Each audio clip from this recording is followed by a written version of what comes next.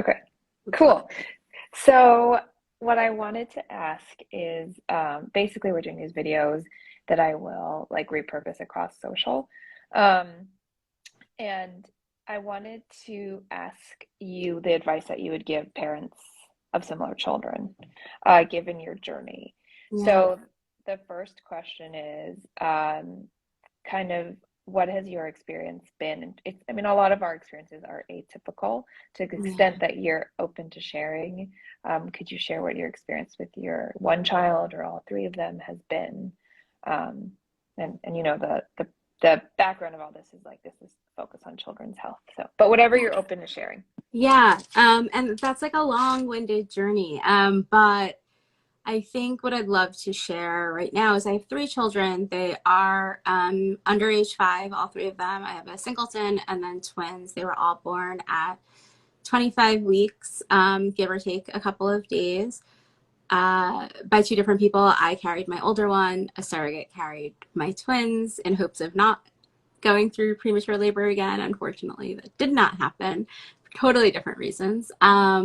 However, two out of my three, my older daughter and my twin boy, have a feeding tube. And they're in very different places in their journey. So I think, for me, one of the biggest things I've learned is to, in general, if you have more than one child and um, if they have needs that are atypical or different from the other children, even though it may seem similar, to just really route yourself in where each child is when and advocate for them in the way that is appropriate for where they are in different stages. So we're currently starting our public school journey, which has been interesting. So I would say if anybody is in that place in terms of creating your IEPs and such, have as many meetings as you think is necessary. It is fully in your right to do so. Yeah, And if your case manager is not answering, go right up the food chain. Do not be afraid to be that mom.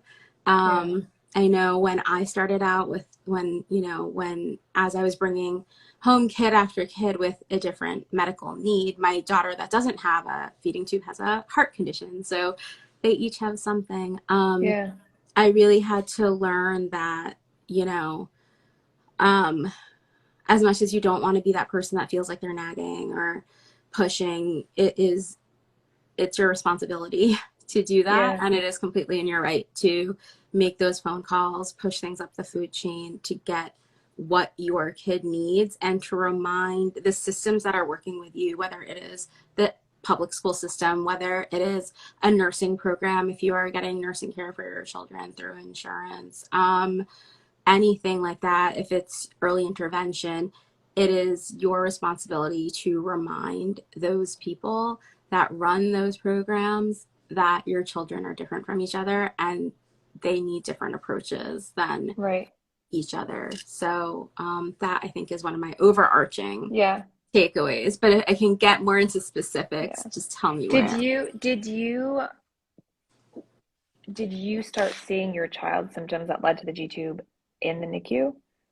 Yeah, so we fought for our older daughter, we fought against it for Yeah, months. the feeding But tube. yeah, because we'd never seen a G-tube before. Yeah, We didn't know right. what it was.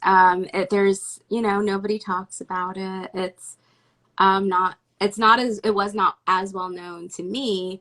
Um, and so it was one of those things where we're like, we're already scared to bring this medically fragile child home that was born at a Yeah, pound and a half and had other complications. So, we felt like we had fought a war already, and we yeah. thought this was going to be another war, which it has been in its own right. So we fought against it for a very long time, but her aversion was just really strong orally and had a lot to do with being intubated multiple times because she had other surgeries where she had to be Got it. intubated. Got She it. was intubated the moment she was born. Yeah, And so she was on like the strongest types of intubation and then weaned off. But yeah. for months plus, she's had breathing assistance. And so everything here was negative.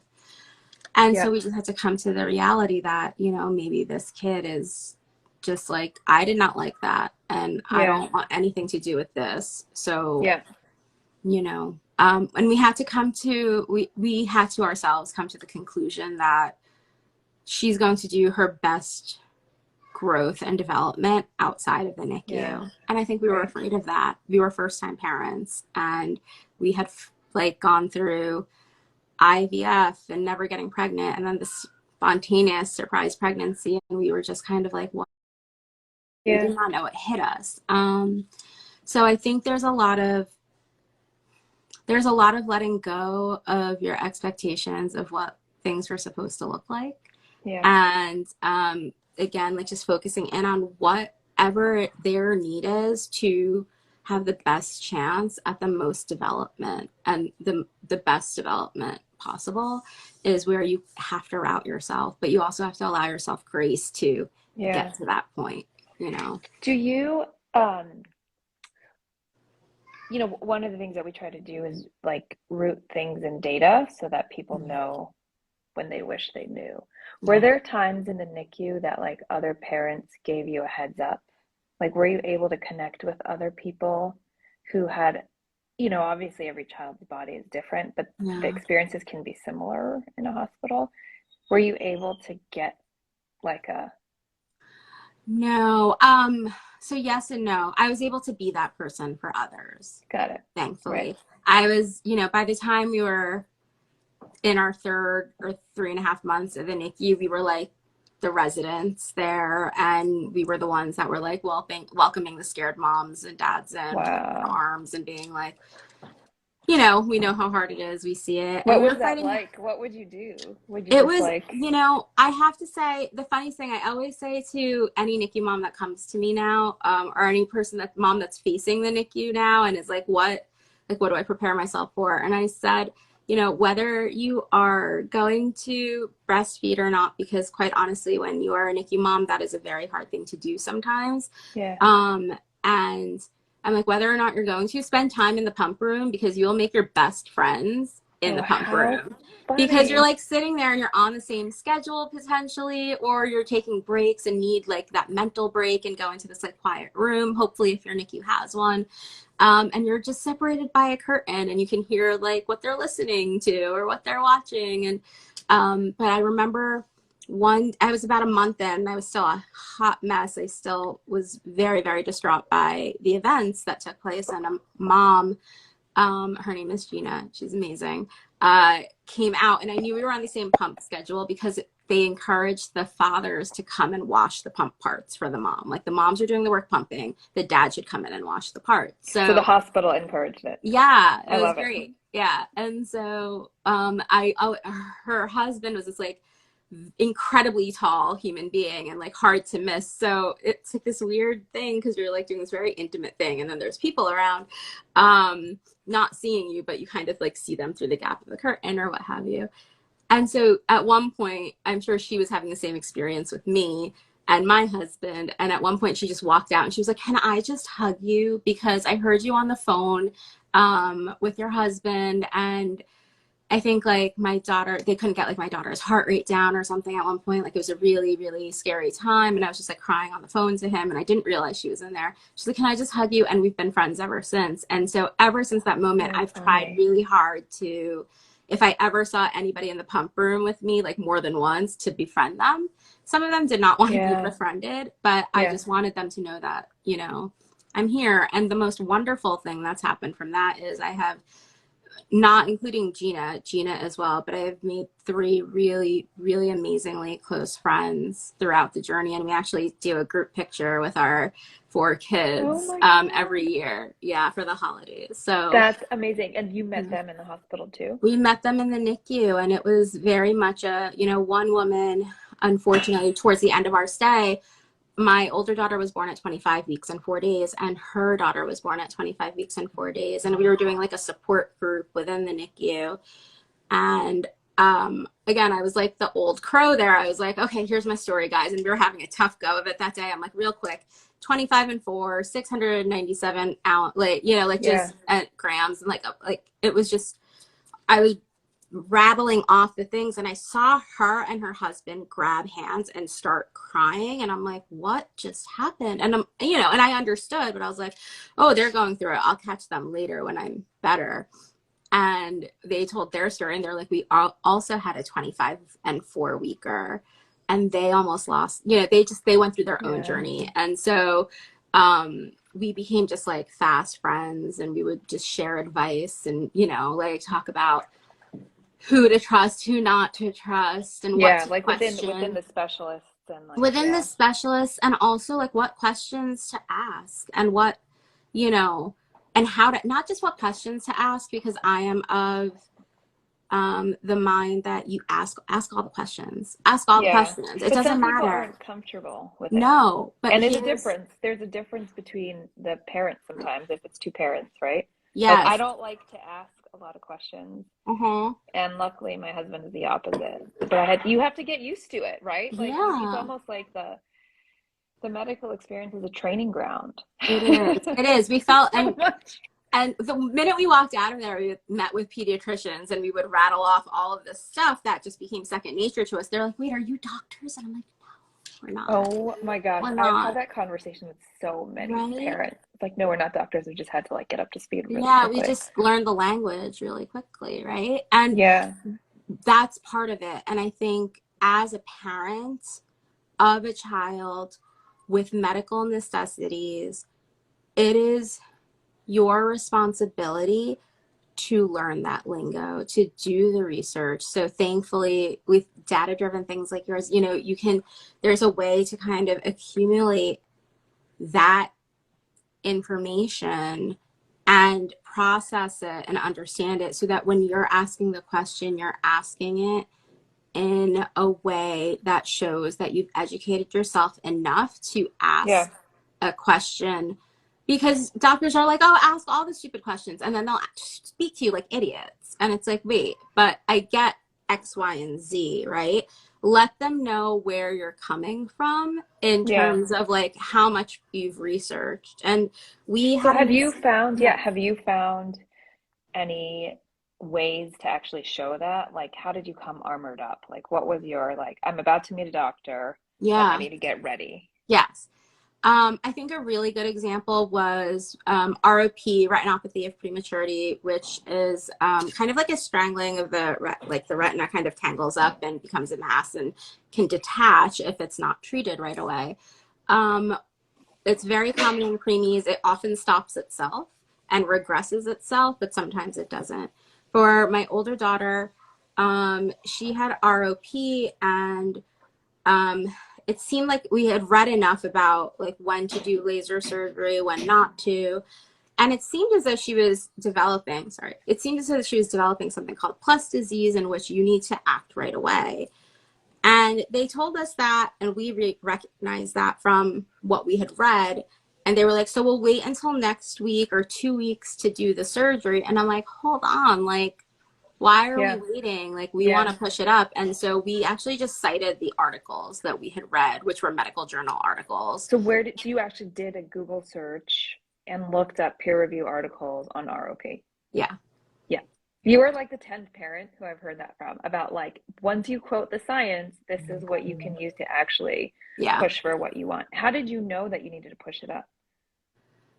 So in the studies, it had shown that, you know, that ROP can progress really quickly within a week or two Oh, weeks. wow. And so we were just kind of like, why are we waiting for that progression if we already see evidence that it is going to happen? Why can't we just stop Yeah. it now? And we didn't say like, we're going to like, let's do this. You have to do this. We just asked why.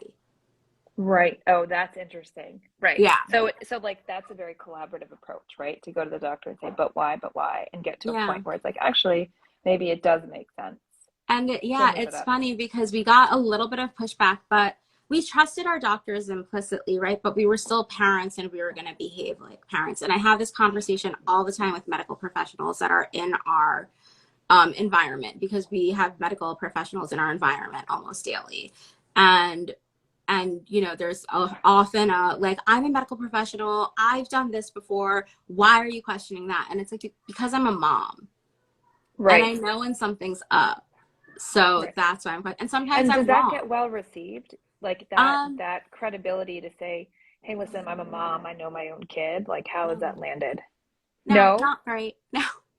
That is There's so some people who funny. are going to be open to it and some people who won't, right? There's some people Yeah. who are like, oh, they're just being a mom, pay no mind. And then there's some people like, oh, they're just being a mom, you should listen to them. So it's Yeah. very split and you don't know what you're going to But you get. know, the Association of the American Association of Pediatrics, like they actually elevate the status of parents.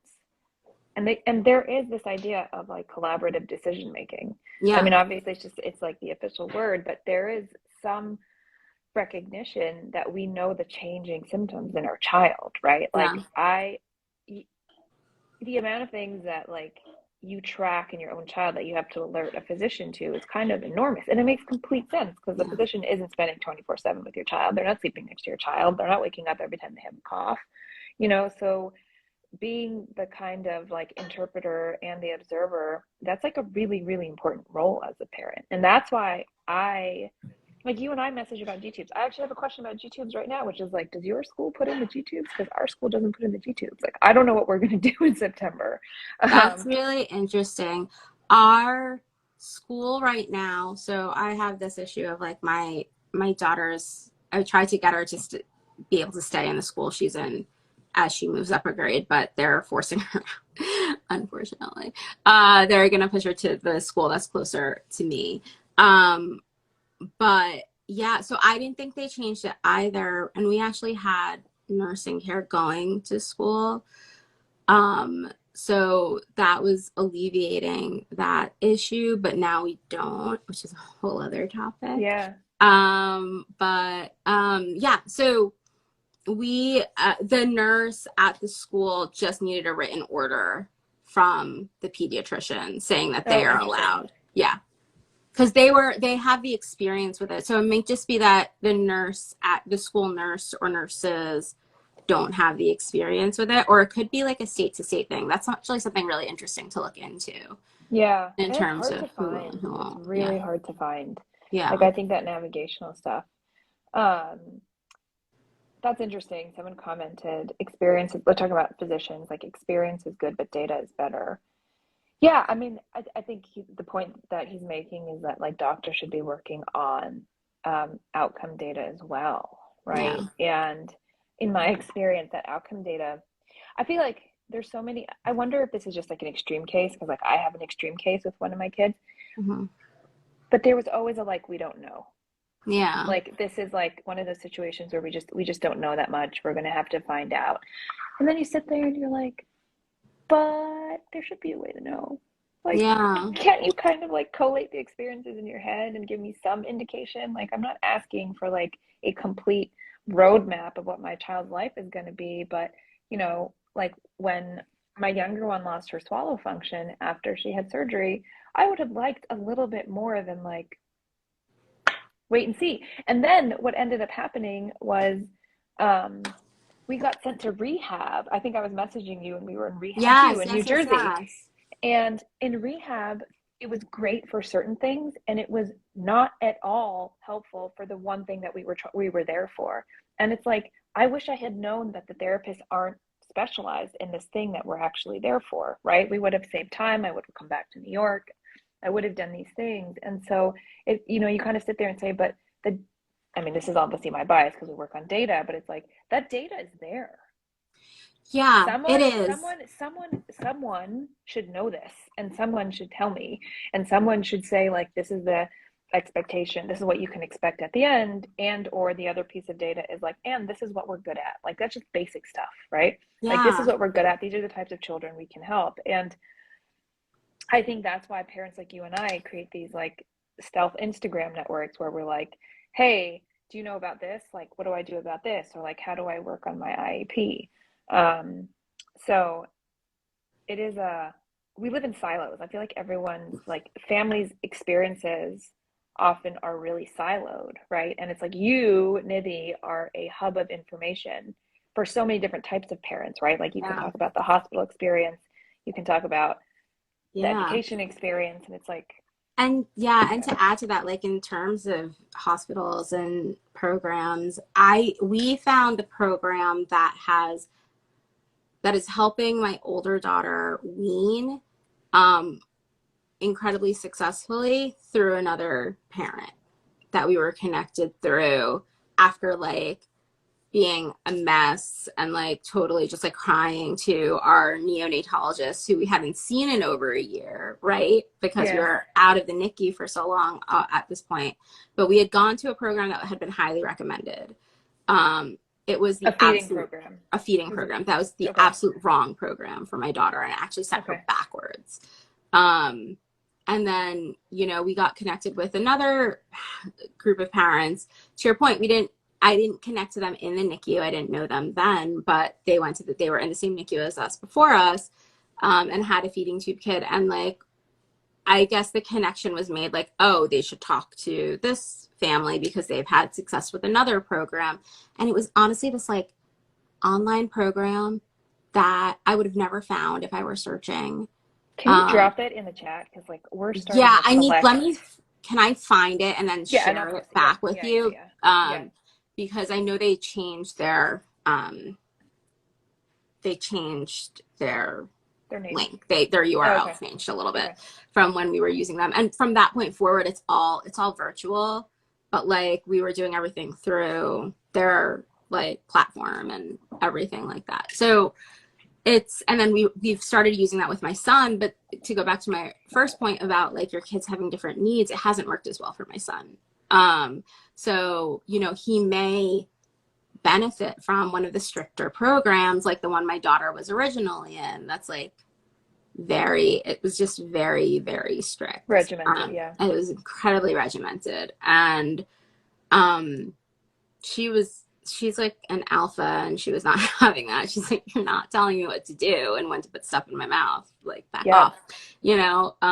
So yeah, so then my son on the other hand like really needs um a more willful presence to Yeah.